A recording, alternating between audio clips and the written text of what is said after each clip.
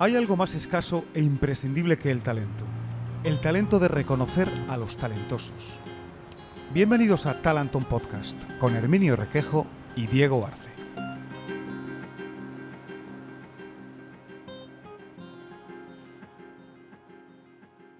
Aquí hemos dado voz a muchas parcelas, ¿no?, del talento. Bueno, artistas, filósofos, Escritores, deportistas. de todo. Pero hay quizás una parcela del talento que no hemos tocado. Y Carmen Corachini, tú que eres criminóloga, ¿nos puedes decir si existe un talento para hacer el mal? Yo creo que en parte sí, podemos tener en cuenta que, por ejemplo, las personas que son psicópatas tienen una capacidad más allá de la gente, entre comillas, normal, para no sentir empatía, para calcular, para ser maquiavélicos. Así que, ¿podemos entender eso como un talento? Bueno, por lo menos prevalecen frente a otros individuos con unos rasgos psicológicos, psicopáticos más en la línea de lo normal, ¿no? No sabemos si es un talento, pero a la mayoría de la gente le interesa muchísimo el true crime, los crímenes. Bueno, se han hecho miles de series, miles de películas. Es curioso, ¿no? ¿Por qué nos interesa tanto el true crime? Además es que interesa de toda la vida. O sea, ahora se está viviendo un boom por los podcasts, por los documentales, etcétera, pero los folletos del siglo XVI ya narraban los sucesos en las calles de Londres, de París, etcétera. O sea, que siempre nos ha gustado. Pero hay incluso una razón científica y química, y es que estamos programados para resolver misterios. Entonces, nuestro cerebro, cuando tiene que resolver un problema matemático, una adivinanza o un misterio como un suceso, sus procesos mentales, nuestros procesos mentales, nos producen cierto placer.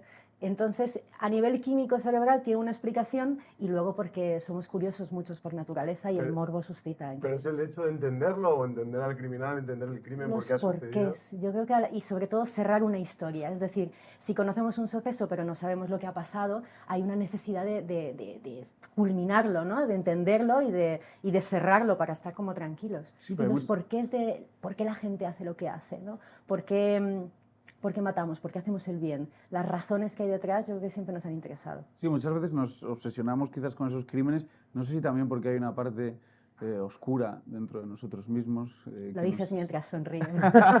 ¿Qué has hurgado en tus entrañas y qué has encontrado? No, yo nada. Tengo que decir que sí que he sufrido mucho leyendo el libro que hoy traemos, que es Personas Bestias, que lo has escrito tú. Y yo creo que básicamente lo que haces es hurgar en la mente de los asesinos. Sí, ¿no? y sobre todo también la dualidad entre las personas y las bestias, ¿no? Aquí se ve claramente además en el título. Como todos somos bestias y todos somos personas también, pero ¿qué incita a una persona a cometer un crimen, ¿no? Claro, a mí me interesaba mucho el camino que emprende la persona hasta llegar a la bestia, ¿no? Y cómo se va despojando de todo raciocinio.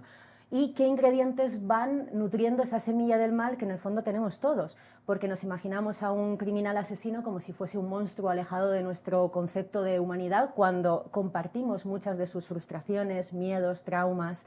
Entonces hay un cierto parecido intrínseco entre la persona y la bestia, hay una bestia dentro de cada persona, pero luego todo depende de un cóctel de factores. Hay a un psiquiatra muy conocido, se llama Stanford Mednick, que hablaba de la mano de póker. Es decir, para que una persona llegue a cometer un crimen necesitamos tener todas las cartas. Y cada carta puede ser una cosa diferente según la persona.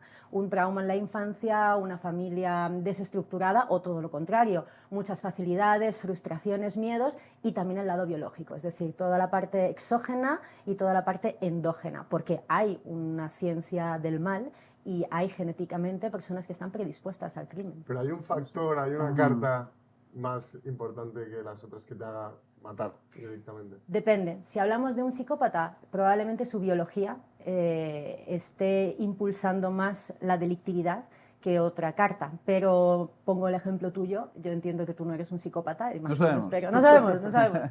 Pero imaginémonos que no lo eres, pues tu lado biológico no va a predisponerte seguramente a un crimen. Quizás sea un efecto tras varios ingredientes juntos y un elemento desencadenante. Siempre hay un elemento desencadenante, imaginemos como un vaso de agua que se va llenando y hay una pequeña gotita que puede ser incluso un detalle muy ínfimo de la vida, pero que se suma a todo lo que esa persona ha ido adquiriendo y de repente explota. Ahora desarrollamos bien el libro, pero yo entiendo que tú, para meterte en el cerebro de los asesinos, has tenido que documentarte mucho. Yo no sé si tú has sufrido escribiendo, porque yo he sufrido leyendo. Ya. Y creo que hay gente que también ha sufrido leyendo este Hay un libro. capítulo un poco duro. Que se disfruta mucho, ¿eh? Se disfruta mucho. A la gente que le guste el true crime yo creo que, vamos, se lo va a devorar el libro. Pero Totalmente. es verdad que, no sé, yo me preguntaba, oye, Carmen, tú has tenido que sufrir escribiendo esto. A ver, es verdad que no puedes alejarte del relato que narras o que estudias porque empatizas, si no serías una bestia, ¿no? Entonces hay una parte de empatía, pero es como los médicos cuando tratan a un paciente, se despojan un poco de esa conexión sin perderla, porque evidentemente no se pierde, pero se actúa con una especie de bata, ¿no? Se actúa con la bata de médico, entonces se actúa desde el punto de vista científico, desde el punto de vista criminológico, y tratas el asunto como una investigación científica. Sí. Pero claro, son historias muy fuertes, algunas que nos podrían haber pasado a nosotros, y necesariamente te llega a afectar. Yo pesadillas como tal no he tenido, pero es que justo hoy me pilláis que he tenido una pesadilla con José Bretón. Hostia. No me había pasado en la vida, pero como se está hablando tanto Sí, del sí. tema, del libro, etcétera, etcétera, Tú hablas de José Bretón. en que el yo libro. también menciono el caso de José Bretón en uno de los capítulos, y es la primera vez que tengo como esa pesadilla. Sí, bueno, ya que sacas el tema, te iba a preguntar qué te parece esto de que lo censuren o no lo censuren. Al Que final han va a ser escrito el libro, sí, bueno, han Sí, escrito un el libro de Luis sobre G. las conversaciones del periodista con Exactamente, él, que sí. se llama El odio, creo. en Sí. la cárcel, sí. Y ha habido polémica porque había gente que no quería que se publicara porque le parece una No, banalización del mal, ¿no? La expareja de José Bretón pidió que no se publicara y lo Claro. paralizó un juez, ¿no? Pero lo paralizó Fiscalía, no me acuerdo, pero vamos, la Sí, justicia tenían que al final verificar. va a salir, creo, ¿no? Va a salir, va a salir. Es que aquí, Tiene límites. confluyen crime. muchos factores, porque es verdad que chocan derechos, que es el derecho a la información, el derecho a la libre expresión, con el derecho al honor y el derecho también a la protección de las víctimas y a la no revictimización, que es lo que ocurre muchas veces con el true crime. Por otro lado, asesinos que han hablado con periodistas y viceversa, los ha habido siempre y los seguirá habiendo. Quizá pueda llegar incluso a ser un pequeño ejercicio de hipocresía por parte de todas las personas, ojo, pero es verdad, por parte de todas las personas que están criticando tanto la publicación, son las mismas que luego consumen true crime habitualmente, Claro. son las mismas que ven en plataformas de podcast contenido relacionado, y no creo que se pregunten si todo lo que ven el periodista le preguntó a los familiares de las víctimas si podían hacerlo. Entonces, claro, me pregunto, ¿esto ocurre porque nos toca de cerca a nivel social y cultural porque es un suceso de nuestra España? Porque si Jack el Destripador escribiese un libro, yo apuesto a que cualquier persona se lo compraría. Entonces, hay una lejanía empática, geográfica o temporal, y luego yo creo que aquí quizá haya sido una pequeña impericia por parte de editorial o autor, no sé quién, porque no se pusieron en contacto con la exmujer de José Bretón. Ya no digo para pedir permiso, sino por lo menos a nivel ético, ¿no? Para Saber esa parte contarles y para contar que se va a publicar este libro, porque es evidente que si se publica algo así, la familia va a reaccionar. Entonces, me parece un poco una falta de pericia. Pero es que todo lo contrario a la publicación es censura, y a mí un Estado que promueve la censura me daría miedo. Entonces, ahí está la ética de cada persona y la moralidad de ver si se lo compran o no. Pero está en su derecho de publicarlo, yo creo que sí. Yo creo que tienes razón también en lo de cuando está más, bueno, la lejanía, la temporalidad también, se ha pasado hace 80 años, no es lo mismo que se ha pasado hace 10. Diga Mindhunter. Mindhunter se basa en entrevistas a asesinos. Entonces, eso sí lo consumimos, eso sí nos parece bien, pero este libro no nos parece bien. Luego, que este libro sea pues también un despojo, porque a nivel literario, eso, bueno, yo me he leído solo el adelanto, es verdad que el periodista parece empatizar muchas veces con el asesino, y eso a mí me produce contradicciones ético-morales, pero es que de eso se trata la literatura también, ¿no? De provocar reacciones, de polemizar, de llamarnos la atención, ¿no? Completamente. ¿Tú si pudieras, entrevistarías, por ejemplo, a Patrick Nogueira, el asesino Mira, de Pioz? yo le entrevistaría si consigo un objetivo divulgativo o científico, o si llego a una conclusión específica. Porque darle voz, solo por darle voz a los asesinos en un, otra vez, ejercicio de narcisismo y egocentrismo tan palpable, no me parece, bueno, a mí por lo menos no me interesaría como persona. Quizá este libro, el de Luis G., pues sea solo un desahogo narcisista de José Bretón, o a lo mejor al terminar el libro decimos, ostras, ha indagado en la mente del criminal y hemos sacado estas conclusiones y no puede servir nos puede servir a nivel preventivo, a nivel de investigación, es una posibilidad. Pero si solo es para darle voz a un asesino, no sé. Bueno, vamos a dejarle de dar de voz también a Luis G. Vamos a hablar de tu libro. Yo quería comentar, ya que estás hablando del crimen de Piot, ¿cómo fue en el caso de la criminología, bueno, aparte del crimen, el juicio, que tiene una parte muy interesante que nunca se había hecho en España, una defensa como la que se hizo con el crimen de Piot? ¿Nos la puedes contar? Sí, fue un juicio pionero en España. En Estados Unidos había ocurrido en alguna otra ocasión, pero en España jamás se había enseñado la imagen del cerebro de un asesino como prueba de descargo, ¿no? Intentaba la defensa demostrar que Patrick Nogueira no estaba en sus cabales, por entendernos, y que tenía biológicamente pues unas predisposiciones o incluso a nivel cerebral unas anomalías que podían explicar su conducta. Pero claro, aquí hay que diferenciar entre elementos que explican la conducta y elementos que justifican la conducta. En este caso, explican muchas cosas. Es decir, el cerebro de Patrick Nogueira se definió como un queso gruyère. Imaginaos cómo estaba eso, ¿no? No es como el nuestro, no es como el de una persona al uso. Pero Bueno, es que, él, para que no lo sepa, había matado a sus tíos eso es, y a sus primos. descuartizó a los cuerpos, niños de 1 y 4 años, a su tío y a su mujer. Que es como empieza tu capítulo. Y fue, sí, empieza fuerte el tema. Tu primer capítulo del libro. Y empezó a contarle todos los crímenes en directo a un amigo que estaba en Brasil por chat. Y era la primera vez, de hecho, que se tenía un acceso semejante a los pensamientos y conductas de un criminal, porque nunca ninguno, por lo menos que se sepa, ha ido narrándole en directo a un amigo y Incluso mandando fotos. mandando selfies con las víctimas. Él va hablando con su amigo y le va diciendo, estoy haciendo esto, estoy Claro, haciendo lo sí. otro, y le manda fotos. Le manda selfies, mira cómo ha quedado esto, mira qué estoy haciendo aquí. O sea, una falta de empatía brutal. Pero por eso yo entiendo la defensa que o sea, algo no funciona en ese cerebro, algo no funciona en esa cabeza. Vamos a intentar demostrar en el juicio que está afectado para ver si se consigue algún tipo de eximente o atenuante. La cárcel iba a ir independientemente de lo que se encontrara en ese cerebro. Y sí que se encontraron anomalías y malformaciones que están, de hecho, directamente relacionadas con la toma de decisiones, con la falta de empatía y con lo que entendemos como un cerebro psicópata. Pero el psicópata sabe siempre lo que hace, es decir, tiene sus facultades cognitivas y volitivas completamente funcionando. Puedes tener una predisposición biológica, puedes tener un cerebro frío, que decía Adrian Rey, ¿no?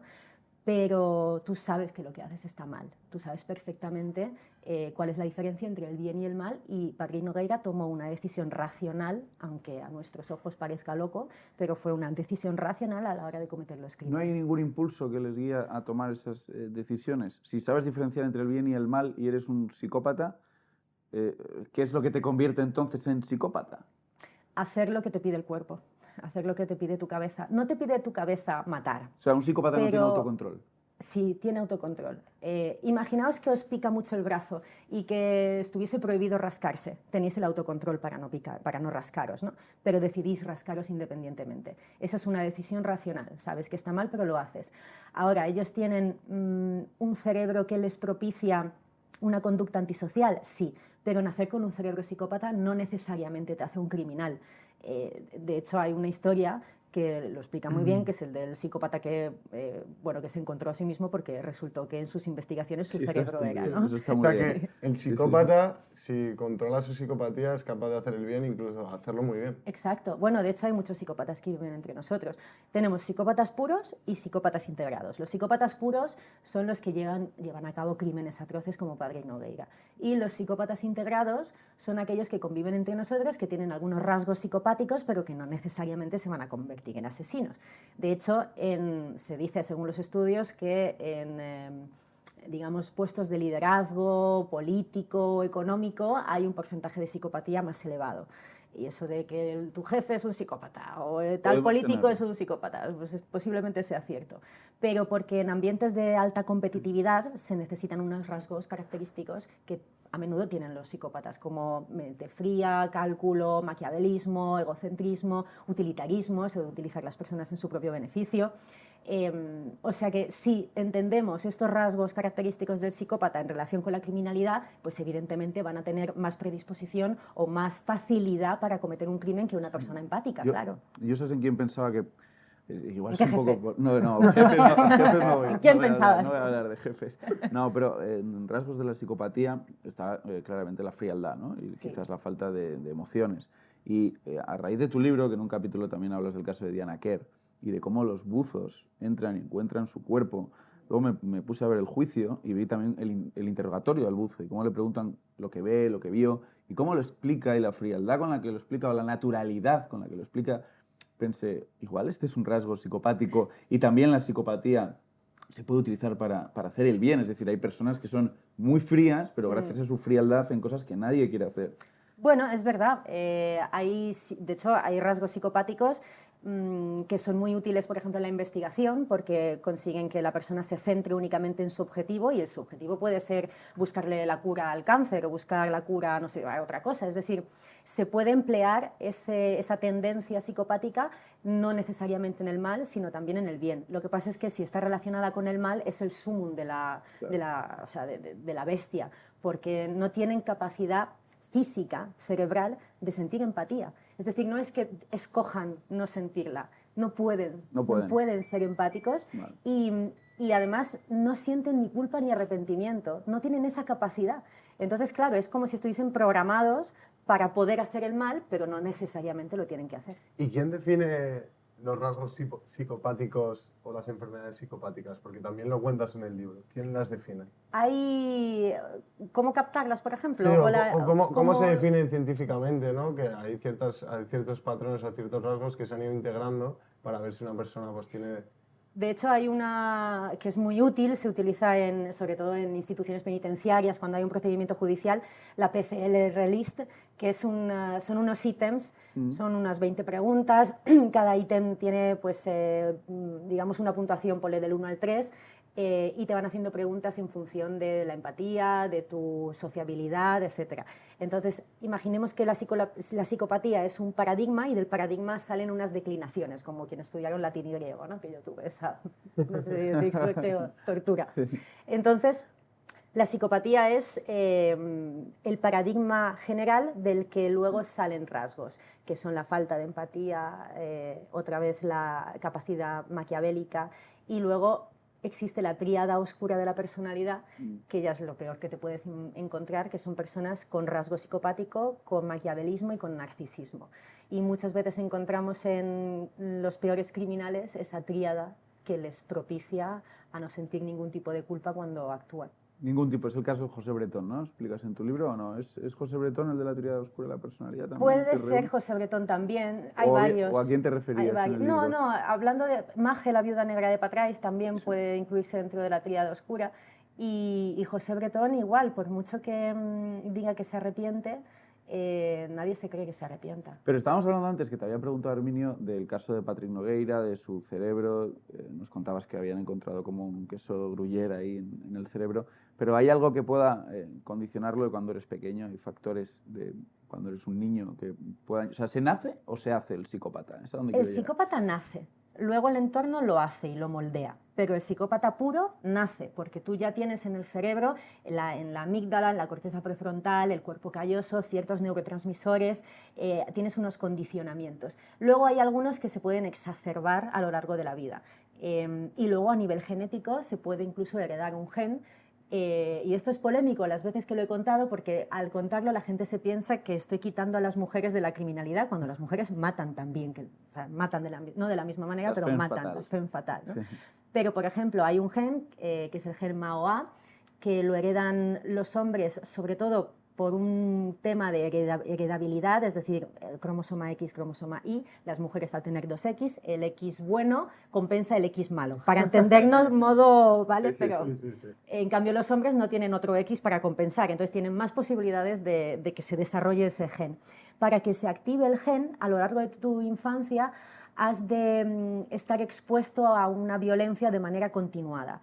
Entonces se crea y se genera un trauma y luego hay un elemento desencadenante. Cuando ocurren estos factores se enciende el gen. Ahora, que se te encienda el gen MAOA no significa que mañana cojas una katana y te pongas a matar a todo el mundo, pero sí vas a tener una predisposición y una facilidad más hacia la agresividad, la ira, la irascibilidad. Entonces, el psicópata nace, la sociedad lo hace y se moldea con el ambiente, pero hay unos condicionantes biológicos muy claros. De hecho, tú los explicas también. Una serie de condicionantes pueden ser el haber sufrido bullying o el haber sufrido un maltrato por parte de tus padres o incluso haber empezado a beber a una temprana. Sí. Hay una serie Incluso darse un golpe en la cabeza. Incluso darse un golpe en la cabeza. En el caso de Patrick Nogueira, además de tener él biológicamente un cerebro con anomalías y malformaciones, él había consumido alcohol desde los 10 años de edad, ya se emborrachaba para ir al colegio, sufría bullying, es decir, hubo varios detalles en su biografía que fueron reforzando, digamos, su cerebro psicópata. Pero luego hay personas sin psicopatía a las que de repente un golpe en la cabeza puede convertir en malas personas. Pero me voy a explicar. Hubo un caso que se estudia en Harvard, muy relevante, se llama Phineas Gage. Este tipo en el siglo XIX trabajaba en las vías del tren, era una persona totalmente normal, incluso amable, un chico veinteañero, y trabajando en las vías del tren, en un momento dado, la dinamita se explota y una barra de metal de 1,5 metros de largo le atraviesa el cráneo y lejos de matarlo, el tipo fue al hospital con el palo en la cabeza. Después de un tratamiento largo, volvió a su vida normal, pero algo había cambiado en él. Y no había cambiado algo tipo casi estoy cerca de la muerte y me convierto en una buena persona. No, no, cambió literalmente a nivel morfológico su cerebro. Y se vieron afectadas todas aquellas áreas del cerebro relacionadas con lo que entendemos como amabilidad, sociabilidad, frustración, capacidad de gestión emocional. Entonces se convirtió en un tipo huraño, en un tipo cabreado, en una persona brusca, bruta, o sea, cambió radicalmente. Y no cambió por culpa suya, cambió porque un golpe en la cabeza le volvió mala persona. Todo el mundo que nos está escuchando ahora está pensando, ¿me habré dado un golpe? No, pero, son casos especiales, completamente, claro, ¿no? pero claro, Diego y yo lo comentábamos durante la lectura del libro. ¿Por qué nosotros no podemos convertirnos en criminales si de repente nos ocurre algo ¿Cuál es parecido? la línea, ¿no?, que nos separa de cometer un crimen? La empatía. La empatía es el elemento básico que nos aleja. La empatía y la compasión. Si tenéis altos niveles empáticos es difícil que podáis matar, pero es que cualquier persona en realidad en función de las circunstancias puede llegar a cometer un delito. O sea, vosotros no mataríais a una persona porque sí, pero en defensa propia a lo mejor tú sí que matarías. Y si tú tuvieses hijos y estuviesen a punto de morir y la única manera de salvarlos sería matando a la persona que los está agrediendo, probablemente lo harías. Entonces hay una amplia escala y hay varios niveles. De hecho, Michael Stone, que es un psiquiatra fantástico, hablaba de los 22 niveles de maldad. Y nosotros nos podríamos incluir en los primeros, que son personas que no cometerían un delito jamás, salvo en unas circunstancias muy excepcionales, miedo insuperable. De hecho, eso incluso está dentro del propio ordenamiento jurídico, ¿no? Se entiende que hay momentos en los que una persona pues reacciona. ¿Cuál es el mayor nivel de la maldad? El nivel número 22, y es el nivel de los torturadores, psicópatas, asesinos, y Patrick Nogueira está, por no decir en el 22, muy cerca del 22. Dices psicópatas, asesinos, no todos los asesinos son psicópatas. Ni todos los psicópatas son asesinos. Vamos a explicar eso. Sí, porque hasta ahora estamos hablando de psicópatas, pero hay asesinos sanguinarios que sí que sienten empatía, en teoría. Sí, sí, sí. Hay asesinos que no necesariamente tienen rasgos psicopáticos y que simplemente matan pues porque quieren, por una decisión totalmente racional, independientemente de biología. Por ejemplo, atentados. Nos pensamos que los terroristas yihadistas son unos psicópatas, ¿no? Porque dices, si es capaz de matar a 16 personas con una bomba, necesariamente es psicópata. Pues no. No hay ningún estudio que demuestre que la personalidad, el cerebro de los terroristas tengan ningún ínfimo relación con la psicopatía. Yo, de hecho, hice un estudio de todos los atentados terroristas que hubo en España y en Europa entre 2014 y 2020 y ningún perfil tenía relación con la psicopatía. Ninguno. Hubo un caso de posible enfermedad mental y de hecho se descartó, pero no hay ninguno. Algunos líderes terroristas sí tienen rasgos psicopáticos, porque hay que diferenciar entre los chavales que cometen atentados y los líderes que les piden que cometan esos atentados. Los líderes sí tienen rasgos psicopáticos. El que crea el crimen intelectual, por así decirlo. Claro, la cabeza intelectual del crimen sí, muchas veces lo tiene. Pero los chavales de 18 o 20 años que cometen estas atrocidades y estas aberraciones son chavales con una moldeabilidad muy grande, son muy manipulables, pueden tener tendencias antisociales, pero no tienen cerebro psicópata. ¿No se les considera a esos terroristas psicópatas porque están engañados o por otra razón? Porque, bueno, están engañados, eso seguramente sí, porque ellos llegan a pensar que la violencia es realmente la única vía de solución para un problema que ellos creen que hay, ¿no? Pero pasa en todo tipo de organizaciones terroristas, pasaba con ETA. Ellos pensaban que la violencia era la única vía de solución del conflicto. Entonces ellos están tomando esa decisión porque realmente creen en ella y porque realmente piensan que es la única vía posible. Y eso pasa con los yihadistas también. Pero no tienen esa tendencia psicopática. En todos los estudios de PCLR que se les hizo, sus niveles, aunque parezca absurdo, pero es así, sus niveles no se relacionan con la psicopatía. O sea, es que las personas, para que lleguen a matar, no necesariamente son psicópatas, pero el psicópata que mata es todavía más temible, porque encima de matar no va a sentirse responsable de ello. Luego hablas de más perfiles de asesinos que no son psicópatas y tampoco son terroristas, ¿no?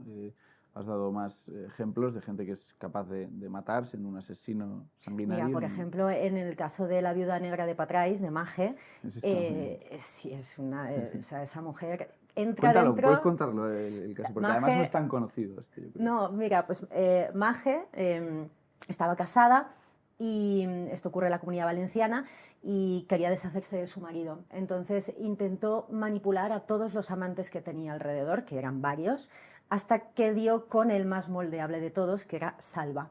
Le llegó a convencer de que su marido era un terrible opresor y que la única vía para que ella pudiese vivir era matándolo. Y él realmente creyó que ese matrimonio era tan opresivo y él realmente pensaba que estaría salvando a Mage, ¿no?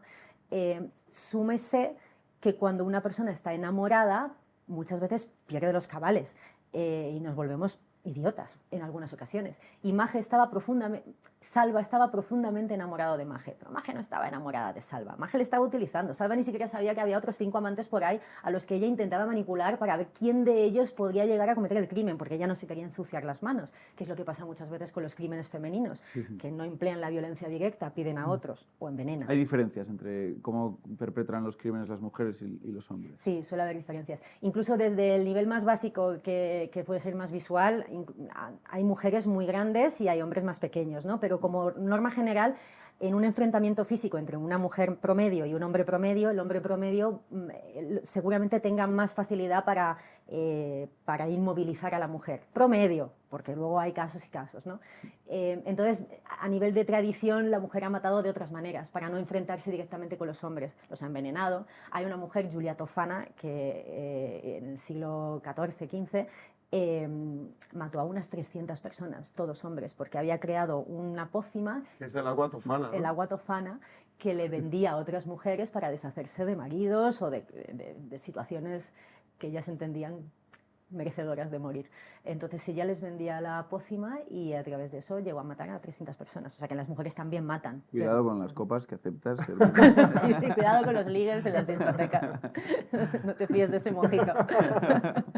Pero volvemos al Mage. Yo antes de volver a lo de Mage, justo hablaba con una persona que, bueno, que ha tenido ciertas relaciones con servicios de inteligencia de distintos países y tal, y esta persona contaba que conocía a un director de inteligencia de un país, tampoco puedo Pero contarlo. tú eres un asesino en serie No, también. no, pero bueno, Sicario. esta persona me contaba que está científicamente comprobado que a la hora de la verdad, en ciertas situaciones momentos de investigación de inteligencia y tal, en el que se pone la cosa fea, hay una diferencia entre el hombre y la mujer. Y es que la mujer en esos momentos, imagínate que hay que matar a alguien o sacar la pistola o lo que sea, la mujer es mucho más rápida y mucho más cruel que el hombre. En ese momento de más tensión. decidida. Y más decidida, sí. Bueno, o menos Eso prudente en ese Eso sentido. desmiente unos...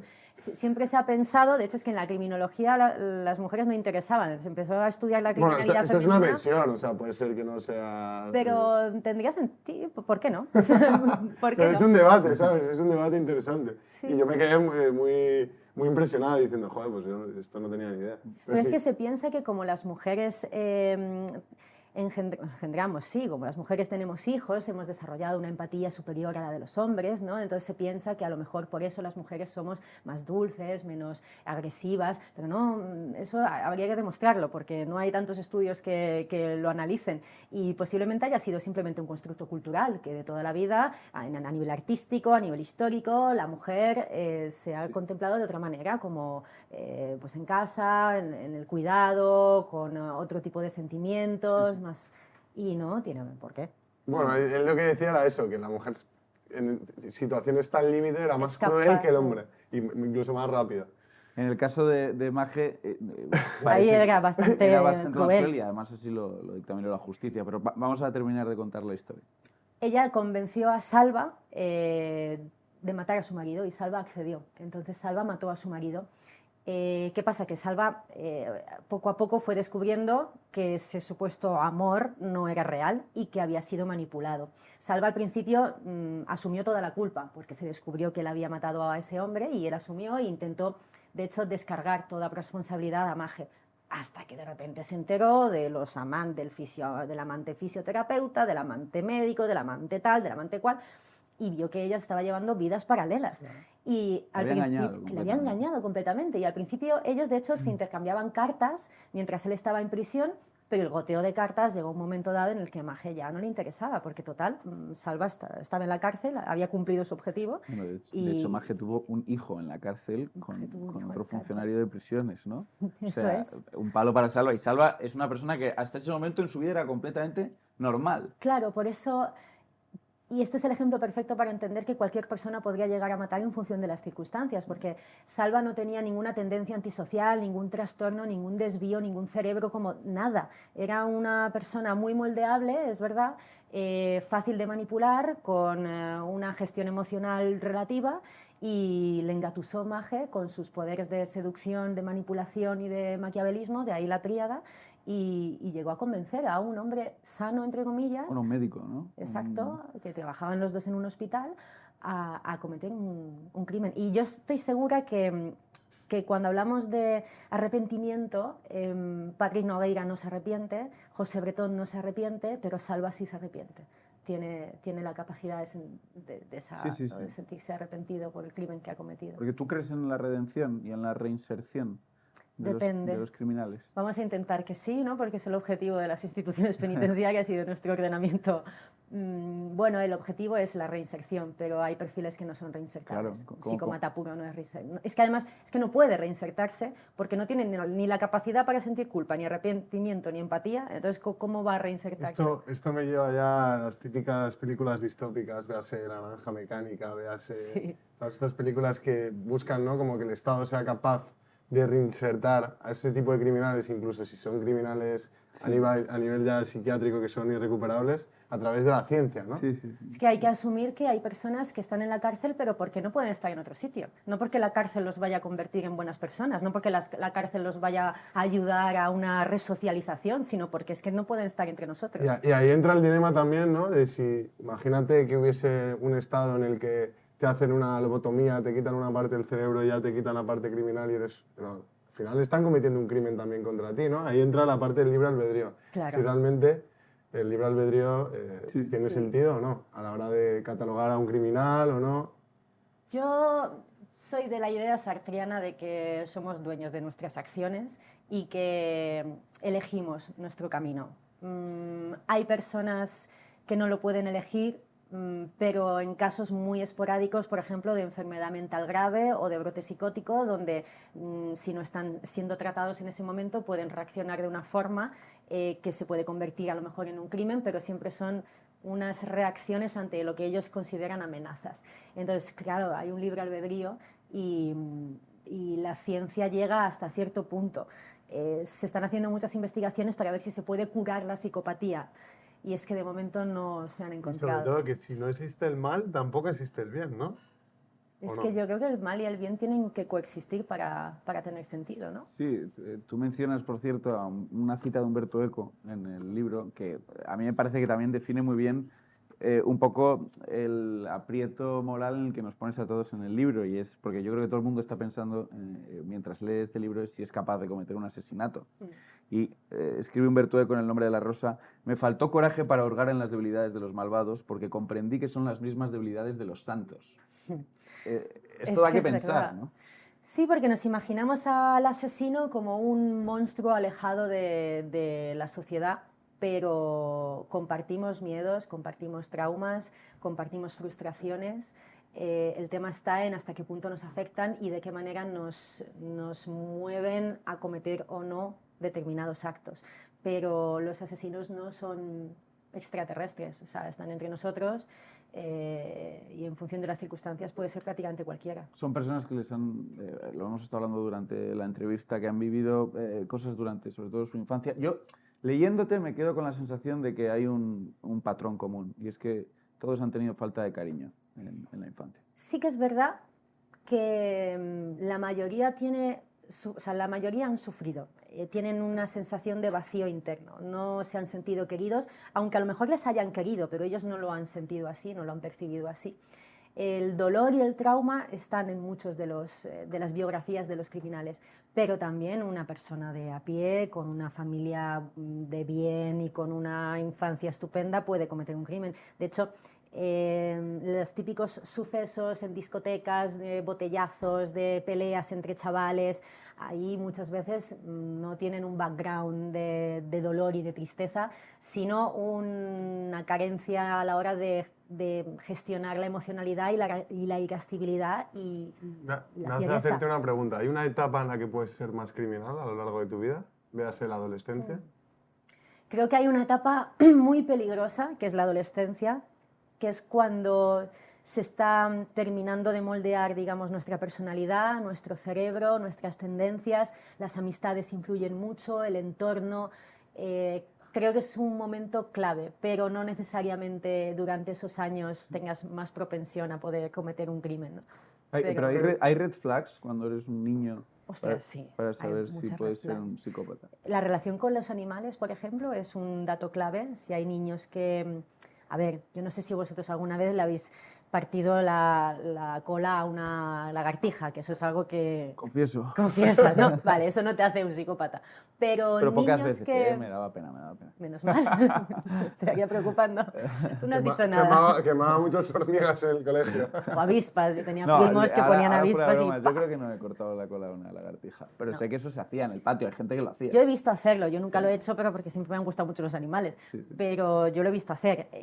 Pero la relación entre los animales y los niños está muy relacionada con la posibilidad de ser psicópata, porque si un niño disfruta haciendo daño a los animales, como norma general, algo tiene que no es normal. Otra cosa es que niños jugando, pues eso, le corten la cola a una lagartija, que bueno, eso están experimentando y entra dentro de lo normal. Pero cuando ya un niño empieza a disfrutar, y ahí cada vez más allá, o sea, que la lagartija se convierte en un gato, el gato se convierta en tal, ahí es una red flag muy grande. Es la mayor red flag. Pero ¿a qué nivel? O sea, si un padre nos está escuchando y ha visto a su hijo maltratar, no una Si lagartija, un padre pero- y ha visto a su hijo matar pero perros, sí, pues sí. que lo lleve a un, no sé si a un matarlo, psicólogo. pero golpear a un animal, a un gato, a un perro, ya eso puede indicar que el niño tiene una falta de empatía brutal. Puede indicar que tiene una falta de empatía, pero puede ser simplemente un problema de, a lo mejor, manejo emocional o falta de control de impulsividad, o puede ser las primeras muestras de una tendencia psicopática, o puede ser simplemente que esté experimentando de más. Y ahí la educación es primordial y fundamental, la educación y la atención, la observación, observar cómo se comporta también el niño con otros, con el colegio o en infantil se llama, ¿no? Es que me Sí, salía sí. en italiano. Pues infantil. cómo se relaciona con otros niños y con los padres mismamente, porque hay, de hecho, niños o adolescentes que llegan, o sea, por ejemplo, la autoridad no la tienen nada asumida y entonces son capaces de insultar a sus propios padres, pegar a los padres o a los profesores. No necesariamente son psicópatas por eso, son a lo mejor antisociales. Tú, para poder determinar si un niño tiene un trastorno antisocial de la personalidad, tienes que esperar por lo menos a fases avanzadas de la adolescencia. Hasta ese momento tiene un trastorno de la personalidad, pero todavía no se sabe. Se puede saber a partir de los 15, 16 años. Ahí ya sí que se te comienza a diagnosticar. Antes, mucha educación, mucha observación y mucha atención. Luego, Carmen en el libro habla también de enfermos mentales, pero a mí no me queda claro si son psicópatas, si no lo son, si el esquizofrénico que mata es necesariamente un psicópata. Esto como... Sí, bueno, sobre todo yo creo que haces ahí, ¿no? Como ese intento, esa pregunta de saber si la esquizofrenia te lleva también al crimen o convertirte Claro. en un criminal. Si hay una predisposición a que cometas un crimen siendo esquizofrénico. Claro, hay que tener mucho cuidado con no estigmatizar, porque no hay ninguna enfermedad mental que esté relacionada con la criminalidad. Padecer esquizofrenia no significa que vayas a tener una conducta antisocial. Lo que ocurre dentro de una enfermedad mental grave como la esquizofrenia o bajo un brote psicótico es que de repente te desconectas de la realidad. Y en ese momento de desconexión de la realidad, tú puedes interpretar lo que ven tus ojos como amenazas. Pero es una reacción patológica, significa que tú realmente piensas que esa luz son rayos o que esos dedos son serpientes, por poner ejemplos muy exagerados. Y claro, van a reaccionar, pero como reaccionarías tú o tú, y su reacción es defensiva, y muchas veces esa defensa se convierte en pues, o empujar, o matar, o clavar un cuchillo, o delirios de persecución, donde piensan realmente que las personas los están persiguiendo. Pero no son psicópatas, porque está reaccionando su cerebro y lo que ellos interpretan de la realidad. Por eso cuando vuelven de ese estado, son conscientes y no son personas criminales, son personas que han actuado bajo los efectos de una enfermedad mental maltratada, y por eso existe en el ordenamiento jurídico la posibilidad de demostrarlo y de hablar de eximentes o atenuantes, que no significa que se vayan al Hilton si cometen un delito, porque hay psiquiátricos penitenciarios, pero no, simplemente son cárceles, pero que están adecuadas a sus necesidades, que necesitarán un tratamiento diferente al de una persona que no tiene esa enfermedad, es evidente, ¿no? Pero la enfermedad mental no conlleva nunca criminalidad, y si hay criminales dentro de la enfermedad mental es porque es una reacción patológica, por eso está justificada por detrás de la enfermedad. Se explica a través de la enfermedad, pero se justifica también. Sin embargo, hay muchas defensas de asesinos que juegan la carta de la enfermedad mental. Bueno, y luego incluso hay asesinos con enfermedad mental que cometen un delito y no es la enfermedad mental la que comete ese delito. Sí, tú comparas dos casos. El de Bruno, ¿no? Sí, de dos personas, que una comete un crimen por tener un ataque esquizofrénico, y otra persona que lo hace, aunque sea esquizofrénica, sin tener esa visión, ¿no?, paranoide y tal. Claro. Noelia Domingo, de hecho, padecía esquizofrenia, entró en una clínica, intentó matar a todo el que se cruzaba por delante, pero lo hizo porque a nivel patológico ella pensaba que había una amenaza y era la única vía de supervivencia. Y de hecho se constató en el juicio que ella había cometido esos crímenes bajo los efectos de una enfermedad, entonces sus capacidades cognitivas y volitivas estaban completamente mermadas.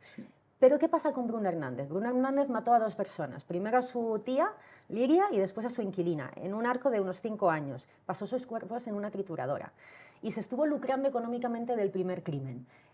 Entonces ya no entra dentro de un brote psicótico porque no dura 5 años un brote psicótico. Y porque detrás del enfermo mental también hay una persona, y esa persona puede ser mala o buena. Y entonces en el juicio se determinó que aunque Bruno padeciera esquizofrenia paranoide, que aunque tuviese algunas de sus facultades mermadas, él sabía que estaba matando y lo hizo porque quiso. ¿Cómo puede ser que, por cierto, los investigadores, o sea, una persona desaparezca 5 años en una trituradora y nadie se entere? Que es el caso de Bruno. A mí ese me estremeció muchísimo. Sí, estremecedor. Te preguntas, ¿esa familia cómo puede ser que nadie se diera cuenta durante esos 5 años que ya no había? ¿No? Eran varios hermanos, el padre de Bruno, ella era hermana del padre de Bruno, eran, me parece, unos 5 hermanos, y no tenían mucha relación entre sí. Y Bruno se inventó, digamos, que seguía hablando con ella, se hizo interlocutor entre ella y el resto de la familia, pero claro, ella había fallecido, él la había matado. Pero nadie en la familia se preguntó, no sé, yo me digo, pues una noche vieja, un cumpleaños, unas navidades, nadie la llamó para felicitarla, nunca, en 5 años. Y él tenía una obsesión con ER, ¿no? Él creía que creían ciertas teorías conspiranoicas, ¿no? Y eran los ¿cómo? Esto me llama mucho la atención. Él pensaba que el mundo estaba regido por la hermandad ER, entonces se obsesionaba con esas sílabas y las veía por todas partes. Luego él creía que estaba en relación constante con el gobierno estadounidense, que recibía mensajes desde la televisión y desde otros objetos. Se creía con una inteligencia superior al resto, pero todo eran delirios de grandeza y delirios de su enfermedad mental. De hecho, fijaos que cuando llegó el juicio, en el alegato final, que es el momento donde, digamos, tienes la posibilidad de defenderte, de explicarte, de contar algo. Y él se puso a narrar todas las personas que según él están dentro de la hermandad de R, y eran Berlusconi, Berlusconi, Juncker, Esperanza-Aguirre, empezó a una... Es el juez del caso, creo, que identificó una R, me suena. Que... Sí, y bueno, y García Montes fue su sí. abogado y él le llamaba Mister Bigotes. El abogado de Daniel Sancho. El mismo abogado de Daniel Sancho, es Sí. el abogado de muchos de los criminales más mediáticos. Y nunca le va muy bien, por cierto, o sea, me refiero, nunca nos van todos a la cárcel. Le va un poco regular. Sí. La verdad también es que se los busca un No, poco se los culpables. se los busca complicados, pero Sí, estamos hablando- hablando de los asesinos que se creen muy inteligentes. Yo no sé si esto nos lleva a la pregunta de si existe el crimen. Sí, es la perfecto. pregunta que te iba a hacer justo. ¿Existe el crimen perfecto? ¿Se puede llegar a matar a alguien y que nunca te pillen? Puede ocurrir, pero como te dirán todos los investigadores, no existe un crimen perfecto, sino una investigación imperfecta. El principio de Locard en ciencias forenses nos dice que todo contacto deja rastro, por tanto no puede existir un crimen perfecto, siempre habrá algún rastro, o alguna huella, algún indicio, vestigio. Está en la pericia de los investigadores recabar todas las pruebas, pero lamentablemente hay muchos crímenes sin resolver y así se van a quedar. Pero estábamos hablando antes del talento para hacer el mal. Tú que eres criminóloga, si tuvieras que cometer un crimen, Ahora sabría cómo hacerlo. No. ¿sabrías cómo hacerlo para que no te pillen? ¿O hay algún crimen que digas? Mira, hoy en día es muy difícil, siempre lo ha sido, pero ahora mismo especialmente con la de cámaras de seguridad que hay, con la geolocalización de nuestros dispositivos móviles, salvo que te vayas a un monte, pero es que aún así habría forma de rastrear todos tus movimientos. Hay que tener muchos más factores en cuenta ahora que antes, porque la tecnología ha avanzado, las ciencias forenses también, y las técnicas de investigación ahora mismo son muy buenas, evidentemente, por la tecnología. Entonces lo veo, pues eso, más difícil que no te pillen, pero es que pasa, pasa que al final hay crímenes sin resolver. Y de todos los asesinos a los que has estudiado, ¿cuál es el que más te ha llamado la atención? Pues a nivel científico el de Patrick Nogueira, porque es verdad que su cerebro nos explica muchas cosas de cómo funciona la psicopatía y nos plantea dudas morales de hasta qué punto cometió esos crímenes su cerebro. Si Patrick Nogueira hubiese nacido en otra familia y sin esas anomalías cerebrales, ¿se había convertido en un asesino sí o no? ¿Hasta qué punto la predisposición biológica, cuál es el porcentaje de peso de una predisposición biológica o genética?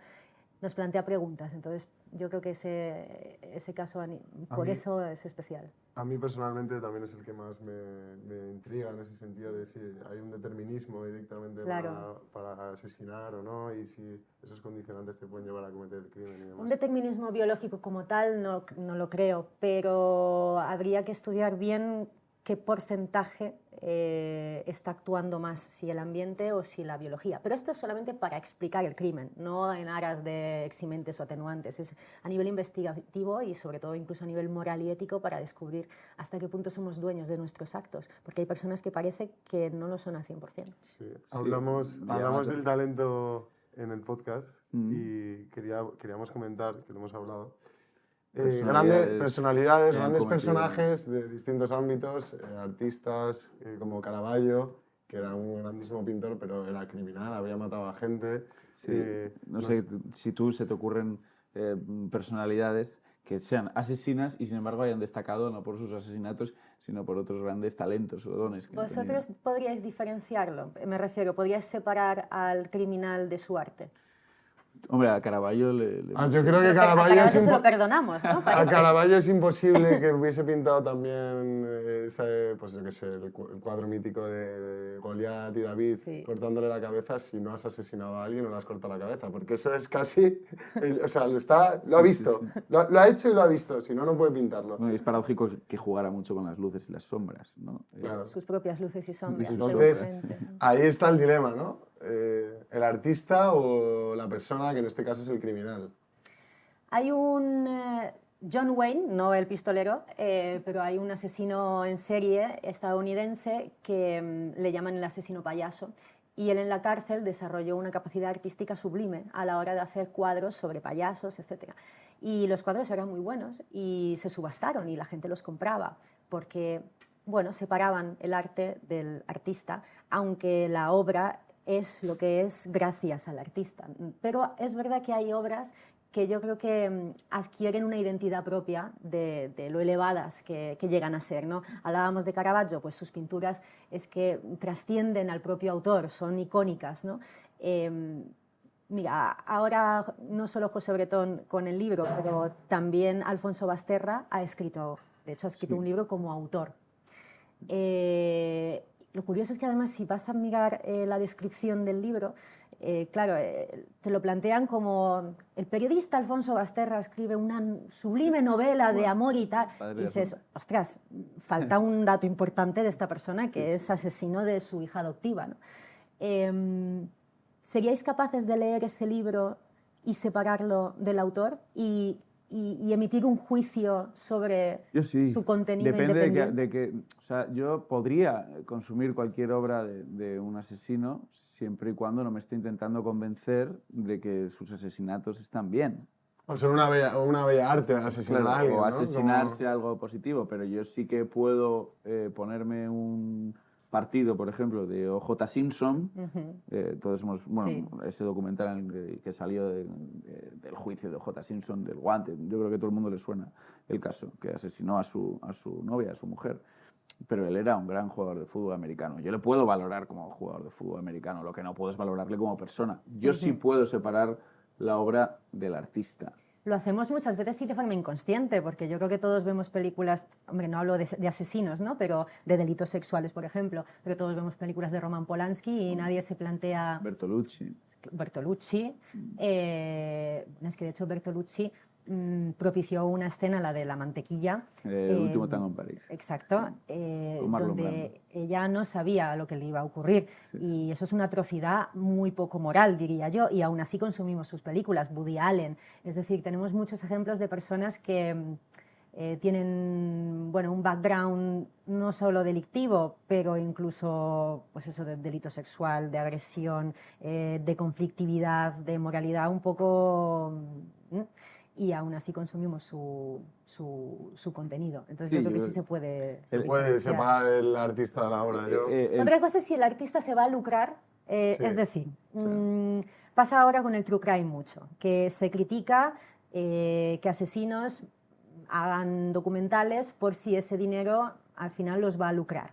Y yo ahí lo entiendo perfectamente, que a mí me parece que no deberían lucrarse, ¿no? Pero muchas veces ese dinero pasa a ser parte de la retribución que necesitan en el juicio, ¿no? Es simplemente pues eso, el pago que se le debe hacer a la víctima, pues muchas veces se utiliza el documental X para afrontar ese pago.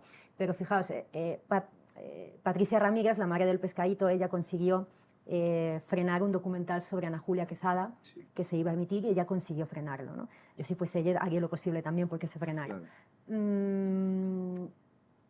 El dinero que se iba a recaudar, que iría o que hubiese ido a Ana Julia Quezada, le habría servido como retribución a la familia de Patricia Ramírez, pero ella dijo que no quería dinero manchado de sangre, que le daba igual que ese dinero al final fuese para ella, que era un dinero sucio, manchado de sangre. Y yo lo entiendo. No, yo eso Yo lo estoy de entiendo. acuerdo y es la verdad. Pero el punto es ese, lo que estamos comentando ahora, de que hay que entender que la maldad existe y a veces puede combinar con el talento y se puede destacar en una disciplina Claro. y en otra ser un absoluto monstruo, o bueno, esos grises, esas escalas de las que tú hablas en tu libro, que genera muchas dudas morales sobre cómo funciona el cerebro de un asesino. A mí hay una pregunta que te quería hacer y es, ¿qué diferencia ves tu ética y moral entre alguien que mata fuera de la ley y alguien que mata dentro de la ley o amparado por la ley, pero puede ser un asesinato muy cuestionable? Véase el que va en el avión Enola Gay y suelta la bomba de Hiroshima, o bueno, ese es un caso ya drástico, incluso los No, hay todo, menores. cualquier crimen de guerra, en realidad. O un policía que mata a una persona y a lo mejor no tenía que haberlo hecho, pero está amparada por la ley. Hay una diferencia. Estados criminales. Exactamente. ¿Tú ves alguna diferencia a nivel psicológico? Estamos todos hechos de la misma pasta. Que te ampare la ley o no, creo que es verdad que si crees que te está amparando la ley, posiblemente pienses que está un poco más justificado. Pero es que a veces el Estado, las leyes, el gobierno no tienen la capacidad para decirnos todo lo que está bien y todo lo que está mal. Creo que deberíamos tener la capacidad para tomar nuestras propias decisiones y saber si, aunque la ley me dice que esto está bien, a lo mejor no está mal. Había leyes, bueno, hay leyes que asumen pedradas a mujeres, el nazismo, ¿no? por ejemplo, Nazismo. o en Irán o en cualquier sitio. Claro, hay estados donde se perpetúan unas aberraciones, las ablaciones en muchos países africanos. Es decir, que una legislación te lo permita no debería hacernos perder la capacidad crítica, la capacidad de juicio para nosotros mismos como individuos determinar si eso está bien o está mal. ¿Tú crees, hipotético caso, que no va a pasar, pero tú crees que si mañana nos permitieran matar, Como en la película esta de... por ejemplo, Tienes ¿Cómo se un llama? día... no me no acuerdo, acuerdo. Es un nombre de... no recuerdo, era como día de algo, no me acuerdo Sí. cuál era. Pero si mañana se permitiera matar, habría mucha más gente que mataría. Pues es posible, es posible. Es posible, pero tampoco tanta, porque yo creo que fantaseamos con cosas que luego no seríamos capaces de llevar a cabo. Conozco mucha gente que ha fantaseado con matar a otras personas. Mucha. Bueno, a ver, me han contado, que tampoco tengo amistades Estás rodeada de tan criminales. raras. Claro, ¿en qué barrio vives?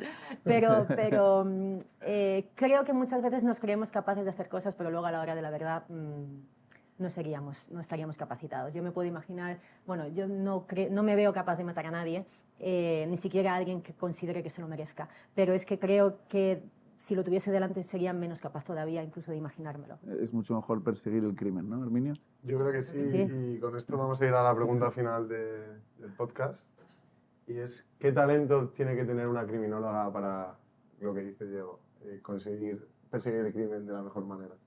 Yo creo que la curiosidad que además la vamos perdiendo un poco a lo largo de la vida y te permite abrir todo campo de investigación. Cuanto más curiosos seamos, más líneas de investigación nos imaginaremos, más escenarios nos plantearemos y posiblemente más soluciones encontraremos.